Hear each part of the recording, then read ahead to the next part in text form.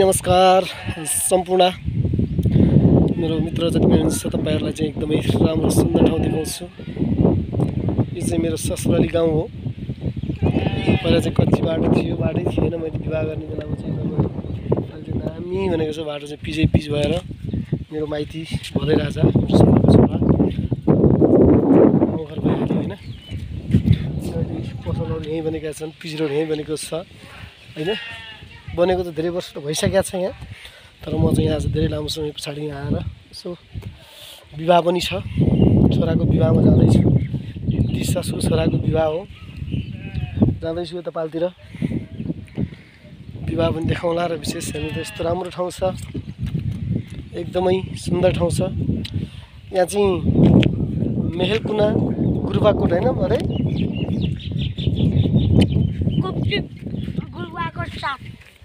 कति रे गुरुबाकोट 7 ए गुरुबाकोट 7 हो कोप्ची चाहिँ। हामी त्यही ठाउँमा जाँदैछौँ हैन। अनि त्यहाँ चाहिँ अहिले त्यहाँ पसलमा गएर हाम्रो छोरीहरू मेरो श्रीमती गएर किन्दैछन्, हामी भदै र म चाहिँ गफ गर्दै हिँड्दैछौँ। अब हामी यहाँबाट जान्छौँ हैन। अनि पारी हामी चाहिँ कता जान्छौँ भने यता पारी कोप्ची भनेको चाहिँ यता हो, त्यहाँ जाँदैछौँ। यहाँ गाउँ चाहिँ अहिले देखिँदैन, गाउँ चाहिँ त्यहाँ गइसकेपछि म देखाउने छु तपाईहरुलाई। भिडियो चाहिँ अब एउटै गराउँदा लामो बन्न सक्छ, मिक्सिङ गर्नेछु। बिहा पनि देखाउने छु तपाईहरुलाई, एकदमैसँग चाहिँ विवाह पनि देखाउने छु। अनि एकदमै हेर्नुस् त, पहिला त्यहाँ पुरा अप्ठ्यारो चिप्लो बाटो थियो हैन, पुरा हात खुट्टा टेकेर हिँड्नु पर्थ्यो भने अहिले चाहिँ यस्तो मजाको आफ्नो रोड भएछ हेर्नु त। विकास चाहिँ अलिकति गाउँमा परिवर्तन त भएको छ। अनि नेपालमा अझै धेरै विकास गर्न बाँकी नै छ। मेरो 25 वर्ष अगाडि अब यहाँ हात खुट्टा टेक्दै हिँड्थ्यो भने अलिकति यति सुविधा भएको छ। 25 वर्ष यति मात्र हुनुपर्ने त होइन, तर चाहिँ धेरै परिवर्तन भइसकेको हुनुपर्ने हो। पिच रोड हुनुपर्ने, यो खोलाहरूमा चाहिँ पुल हुनुपर्ने हो। तर कल्पट चाहिँ त्यहाँ कल्पट चाहिँ बनेको रहेछ। तर अब यहाँ चाहिँ एकदमै राम्रो खालको यहाँबाट त्यहाँ पारीसम्मको पुल चाहिँ खतरनाकै भन्नुपर्ने थियो, किनकि गाडी हिँड्ने, बसहरू हिँड्ने, ट्रकहरू हिँड्ने हैन हुने हो। तर एकदमै पैसा धेरै खर्च हुन्छ, कम भइरहेछ। र पनि यतिको हुँदा पनि गाउँघरमा मान्छेहरू चाहिँ खुसी नै हुनुहुन्छ होला। म पनि अलिकति अब हिँड्न अलिक सजिलो नै भयो मलाई, नत्र छामछाम छुङछुङ गर्नुपर्ने यस्तो बाटो थियो। हुन त अहिले गर्मी दिन छ, तर पानी परेको बेला यो बाटोमा हिँड्न निकै गाह्रो हैन। हामी चाहिँ अब वारिपारी गोरु जोत्ने बेलामा चाहिँ वारिपारी लिएर हिँड्ने गर्थ्यौँ। यहाँ चाहिँ म ससुरालीमा बस्दाखेरि चाहिँ हैन। अब यता चाहिँ दिसासु घर छ, उता ससुराली, त्यो भएर गोरु अब यताउता गर्नु पर्थ्यो। यस्तो बाटोमा हलोजुवा बोकेर हिँड्दा लडाइ गर्ने ठाउँ थियो हैन। अब यस्तो छ हेर्नुहोस्, यहाँ यस्तो खोलामा चाहिँ जाली लगाएर मजबुत त गर्नुभएको रहेछ हैन, भएको रहेछ। तर बाँकी अब यहाँ चाहिँ धेरैभन्दा धेरै परिवर्तन हुनुपर्ने हो। ऊ त्यहाँ स्कुल चाहिँ यहाँबाट हल्का देखिरहेको छ, त्यो देखाएँ मैले माथि, त्यो अहिले त्यो देख्न सक्छ। स्कुल चाहिँ त्यहाँ हो, स्कुल पनि धेरै राम्रो छ बनाएको छ, ठुलो स्कुल बनाएको छ यहाँ चाहिँ। त्यहाँ अहिले स्कुल कतिसम्म छ अरे बाबु? त्यहाँ स्कुल कतिसम्म छ अरे अहिले? 10सम्म छ है। ए 12सम्म हो। ए ल हेर्नुहोस् त, अहिले 12सम्म पनि बनेछ। पहिला 5 क्लाससम्मको चाहिँ मात्रै थियो, अनि अहिले 12सम्म बनेछ। 7, 5, 12 भनेपछि डेभलप त भएछ हैन। तर हाम्रो विकास चाहिँ डेभलप नहुने भयो। हाम्रो सरकारलाई कसरी सम्बोधन गरौँ, कसरी गाली गरौँ हैन, त्यो शब्द पनि छैन। त्यो भएर चाहिँ अब यस्तै छ हेर्नुहोस्, के गर्ने गाह्रो छ। अब म चाहिँ तपाईँहरूलाई यस भ्लगबाट सबै कुराहरू देखाउने प्रयास गर्नेछु। त्यहाँ गएर गाउँ पनि देखाउनेछु, यताउता फिल्ड छ देखाउँछु। यहाँ चाहिँ बुढो भयो आउनु भएको छ, चरा हिँड्नु भएको छ। यस्तै छ हेर्नुहोस्, गाह्रो छ, सास पनि बढिसक्यो हेर्नुहोस्। त्यति उकालो हिँडेको साथीहरू पारी छन् चाहिँ एकदमै होइन। अब चाहिँ यहाँ पुरा फिल्ड, यति राम्रो छ फिल्ड होइन कतै, दामी छ फिल्ड चाहिँ एकदमै राम्रो छ। यहाँबाट हामी हेर्न सक्छौँ गाउँ, त्यो गाउँबाट हामी यतापट्टि आइसकेका छौँ।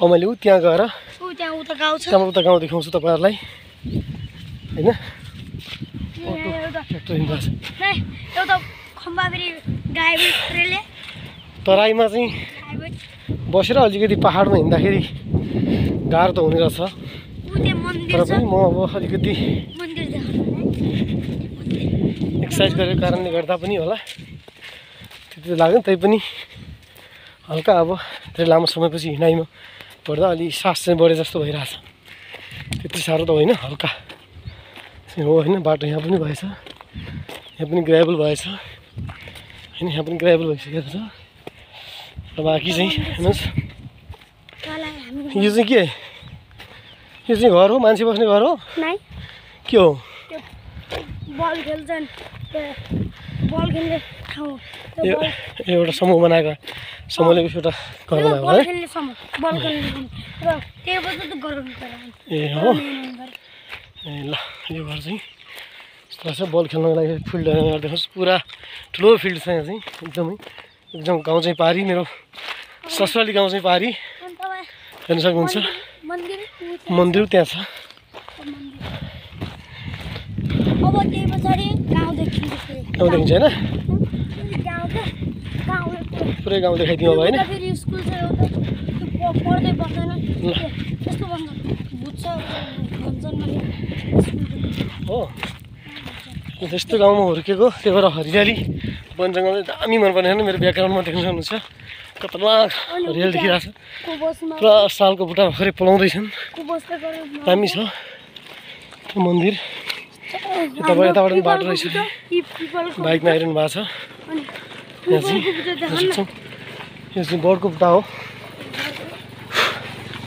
बडको बुट्टा गाउँको मान्छेहरू यसरी हिँड्नु छ होइन कति सुविधा भइसकेको छ उता अब त्यो चाहिँ स्कुल उता माथि भाइ यता स्कुल उता माथि भाइ माथि उता माथि भाइ देख्न यसको होइन उता स्कुल ल यो चाहिँ स्कुल उता माथि स्कुल छ ए यहाँ माथि डाँडामा स्कुल छ ऊ ल हेर्नुहोस् यहाँबाट देखाएँ मैले यो हामी चाहिँ यो गाउँमा आइसक्यौँ यो चाहिँ के गाउँ अरे कोप्ची होइन ऊ त्यहाँ स्कुल छ कोप्ची ऊ त्यहाँ स्कुल गाउँघर चाहिँ यस्तै छ हेर्नुहोस् यो अर्ग्यानिक गाउँघर एकदमै राम्रो छ अनि उता अब आएको बाटो अब त्यो घर मेरो साडदाई घर त्यहाँ चाहिँ विवाह घर चाहिँ त्यही हो यहाँ देखाउँछु म तपाईँहरूलाई अब अघि उकालो हिँड्यो अब चाहिँ ओह्रालो फेरि खेत जमिनहरू चाहिँ एकदमै राम्रो छ पानी सिँचाइ छ अनि यहाँ फेरि कुलो पानी चाहिँ राम्रो छ यहाँ चाहिँ पहिल्यैदेखि है पहिले जमानादेखि नै कुलो चाहिँ थियो अहिले झन् कुलो माथि उठाएर बनाएको रहेछन् खुसी लाग्यो हेर्नुहोस् पुल जस्तै बनाएको छ कुलो चाहिँ पानी कुलो चाहिँ होइन दामी छ कुलो यो गाउँहरू परसम्म परसम्म छ उता नाङ्गे मान्की के भन्छ ऊ त्यो यो बाटै बाट ऊ त्यो घर जो देखिनुहुन्छ त्यो घर चाहिँ विवाहवाला घर है अनि त्यो घर चाहिँ हो उता पनि छ गाउँ